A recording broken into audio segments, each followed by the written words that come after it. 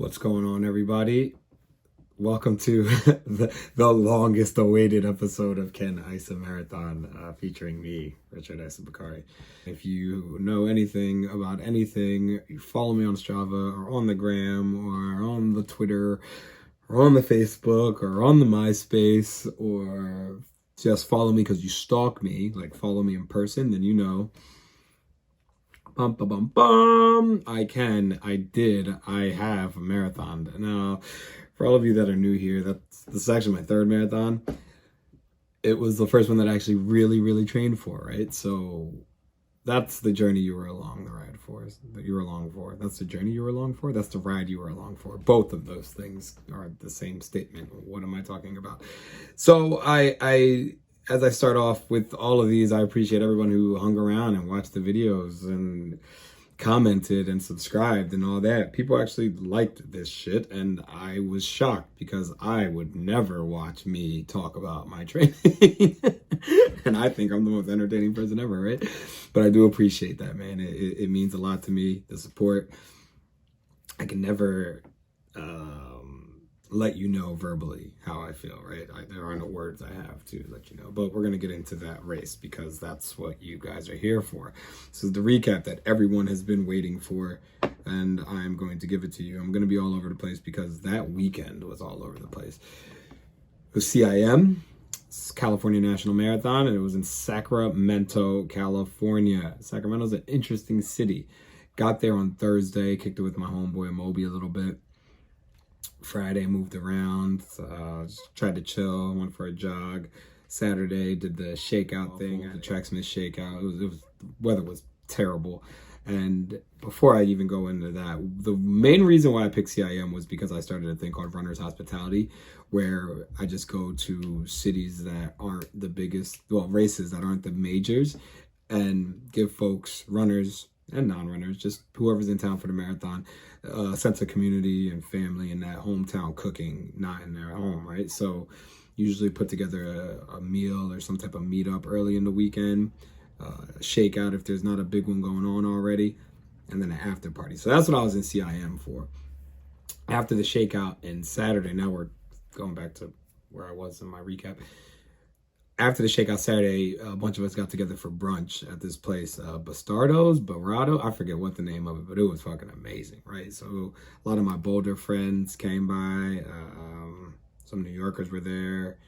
Best friend Raj came into town for support. He came by, and we just ate, and it's a lot of fellowship. And I got to say that was the moment in the weekend where it was like, oh, not that I was nervous or anything, but it was like, there's nothing to worry about. I'm surrounded by love and people that I know and like and love and appreciate. And they're also running, and everyone's just, a little bit of chatter about running, but we're just talking about every and anything. And that really helped get my mind in the right place for the race.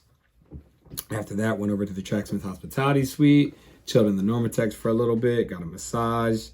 Again, got to see some more people that are running the race, some coworkers, and ease my mind. So I'm not the type that's before a race, gonna sit in a room and just like marinate in my thoughts, because I be thinking about some wild shit. So being around folks is something that I like doing during a race weekend. And, the fact that I put together all this community and all these events and got my own crew and things like that, wherever I am for a race, it helps. Because I don't even want a chance getting in my thoughts. I'm not in my thoughts about racing or running usually. And I don't even want to introduce that to the world. So it was great to see everybody, and then ate dinner, went to pizza. This place called, Pizza Source Rex. Oh, it was great. There were square pies. Anyway, we're gonna skip all the rest of the bullshit because you guys are here to hear about the race.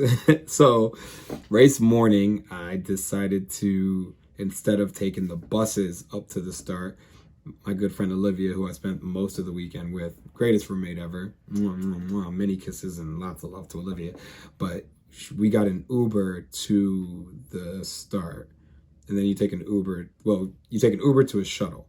So I got to her around like 5:10 in the morning, got in the Uber, rode uptown, and we were both wrecks. Neither of us wanted to do the race. It was raining at that point. It's pitch black. but I feel, and I can't speak for her, but being with each other and just being able to talk about nonsense and joke around a little bit, kind of, it made everything feel better in that moment. So I hope that she got the same feeling as I did, being with one another.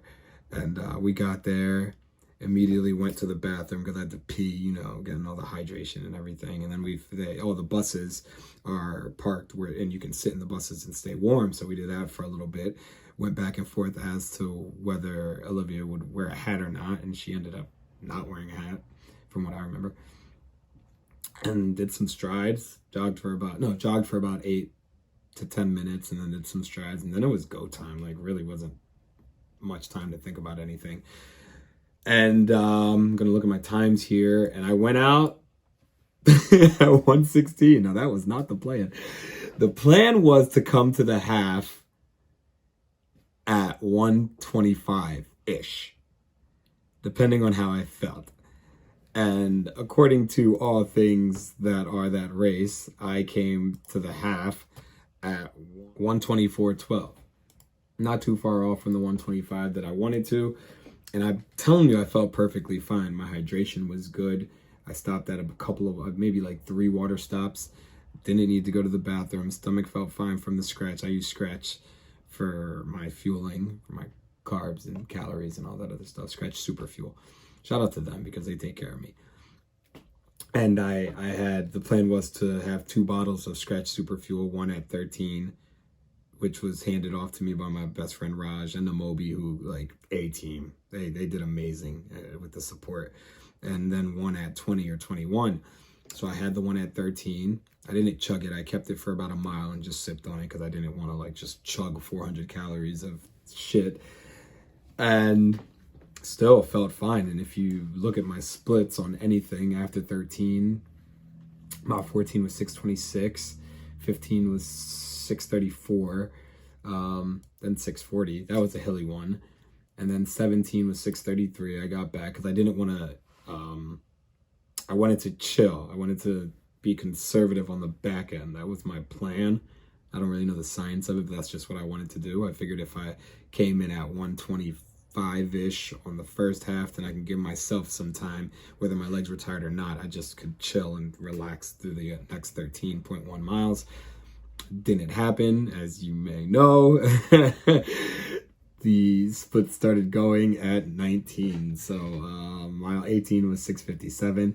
And at that point, the cramping started.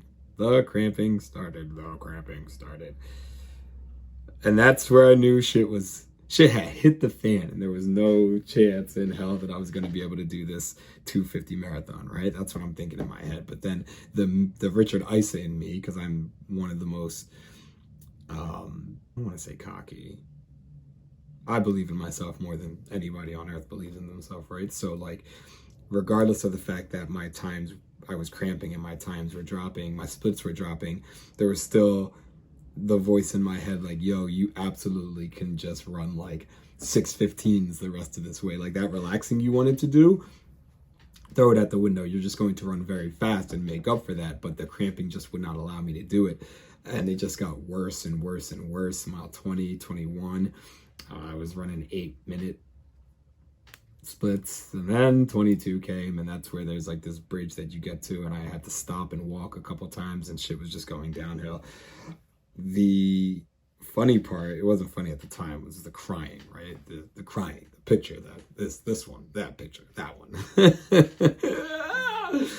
Oh, crying Issa face, right? So the crying was a lot, right? Because I hear people talk about the marathon and how it can break your spirits and emotionally destroy you and yada yada yada. And that's for y'all humans, right? I'm a child of God. I ain't worried about all that because I know I'm good, right? So as the splits were dropping and like my times were looking like the 250 wasn't happening, and then eventually the 3 hour wasn't happening, and then it was like, yo, let's just finish this. But where the tears came in was just me thinking about like, yo, my friends came out here. Number one, my friends are out there or at mile 20, 21 waiting for me, and like they came all the way out here. Well, Moby lives out there. Raj flew all the way out here, and I ran like shit, right? Next, I'm thinking about like my family Agnes doesn't even know anything about this shit, but I'm like, I'm disappointing them, letting them down. And I'm thinking about my friends back home and my teammates and everybody. And I'm like, damn, like I really, as much as I wanted this marathon to be about me, and this was my one selfish act of like the decade, because I never do anything for myself. It wasn't, man. I really just wanted to run a good time so that y'all could be proud of the efforts and all that other stuff. And I later found out that nobody gave a fuck about that, right? Everyone was proud of the fact that I just finished it, that I even went out there and did that. But that's not what I was thinking as I was going to. And then, you know, the human side of me, I'm part human, right? The tears came, and it made for a very funny picture. Like, look at this shit. Fucking terrible. But as soon as I saw somebody take that picture, I was like, damn, I hope they don't post that shit, because I know that I'm ugly crying. And it wasn't just a cry. I would have been fine with a cry, but the ugly cry, like, oh my God, they're like bawling, like the white woman on television cry. It was so bad. But anyway, I finished, right? It was a gutsy performance. It was my, I don't know, my flu game that I didn't perform very well in, but I finished, because there was probably like a millisecond of that race where I felt like I was going to just quit. But there are two things with that. One, mama ain't raised no hoe, right? So it's like, nah, bro, you're finishing this. And two, it's point to point. I don't run with my phone. How the fuck am I getting back to Sacramento? That was the biggest factor. Like, yo, you got to finish this. So, nothing against anybody that didn't finish it. That's your thing. That's just not for me. I didn't fly all the way out there to not finish. I didn't spend all that money to not finish. And I don't want a DNF on my resume. So, I hobbled. I crawled. I walked. I stopped. I sang church hymns. I cried some more. I joked with people in the fans. I did everything you could possibly do for 10K, except for run fast. And I'm okay with that. Not one of these people that gets in my head about things and like, I'm gonna sit and sulk all over this thing. Sulk, is that a word? And think about how terrible it was and yada, yada, yada, right? I finished the marathon. It was a PR, which is fine with me. Part of me wants to do another one because I know that I'm better than the time that I'm looking at. But the other half is like, nah, bro, you don't really want to fuck with that 26.2 miles. One of the things that was really great was afterwards, again, the runner hospitality, like I had shit that I needed to do. So of course I had to finish, and we threw the after party, and there were, like I said, a bunch of people that I know that didn't finish. And none of them were really like beating themselves up over it, right? Like, a lot of people didn't have a great race, and that happens with all races, the marathon especially. And you just got to kind of take that right hook to the chin and fucking move on, or else you got to be miserable if you sit there and think about these things. So being around my friends and my family, my run family, my rail family, friends that I call family, whatever, whoever you were that I was around, that really made the whole transition from like, yo, that was a shitty race to let's move on very easy and seamless. Got on the phone with my sister and some folks afterwards, and you know, they let me know that they were proud of me, and me being some of my teammates in the Halo chat, I apologized to everybody, like, yo, that was terrible, and they let me know right away, like, hey, bro, cut that shit the fuck out right now. We ain't doing that. Like, we're proud of you. And being that this whole marathon thing was I wanted it to be for me, but it was for y'all. I win, right? I'm the grand champion. As long as I'm making y'all proud and giving you guys something to brag about, the fact that I didn't quit and the fact that I towed the line and I finished the marathon. If that's enough for y'all to be proud of me, then I'm proud of myself as well, you know? I did some praying on that course too. Like, God, like, let me know. Let's do this. Get me to this 250. And it wasn't his will. And I am very accepting of all the roads that the good Lord leads me down. So, you know, the PR, that's what he wanted. That's what I got. And I'm really happy about it. I'm excited with the fact that I didn't quit as much as I could have. And the question was, can I Issa Marathon? And the answer is yes, I can. Hang this thing up. We'll go back to the drawing board. But before that, we're going to enjoy this season of not running. oh, I'm enjoying it. So I appreciate you all for tuning in. Stay tuned because something else might be happening real soon.